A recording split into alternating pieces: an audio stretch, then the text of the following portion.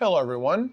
Recently I've been doing a series talking about the rarest boards in the museum collection, and lately focusing really on the time frame of World War II.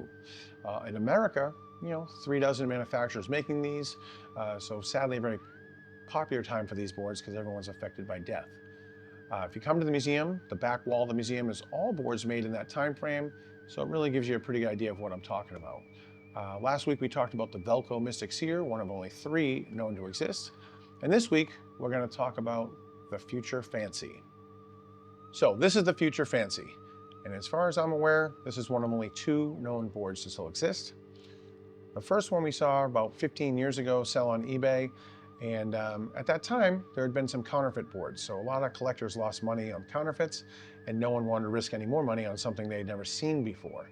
It didn't sell for a lot of money, so in hindsight, probably should have grabbed it. But recently, one of these showed up. I was able to acquire it. I think it's pretty interesting because this is using the Captain Howdy font.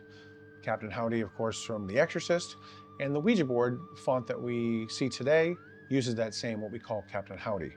And so I think it's pretty interesting that this is an early competitor basically trying to steal a lot from the Ouija board look.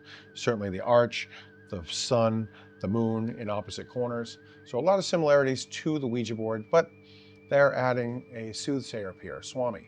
And very common for the time to help predict past, present, and future events. That's how a lot of people are using these boards, not just to communicate with who they lost. Anyways, the Future Fancy, one of only 2 known to exist. My name is John. I'm the owner of the Salem Witchboard Museum in Baltimore, and please stay tuned for the #1 rarest board from World War II coming up next.